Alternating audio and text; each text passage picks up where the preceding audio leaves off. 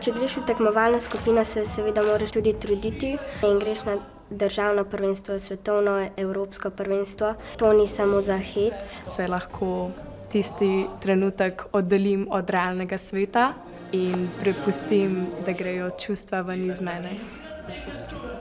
Starši so me malo v to dali, ker sem bila majhna malo štorasta in so rekli, da to ful pomaga. Nam trener govori, da mora ples izgledati zelo lahkotno, ampak od noter pa moraš zelo stiskati.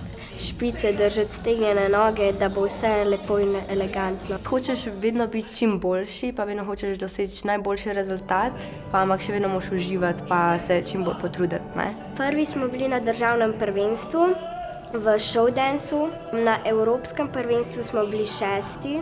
in na svetovnem smo pa bili 7. Naša koreografija ima zgodbo, kako si neka punčka želi nekatere stvari in poriva ladjice po reki, ladjice ji pa nagajajo. Vpliva psiha na to, kako ti odplešaš na odru, ker vsak hoče sebe v najboljši luči, kakor se da predstaviti.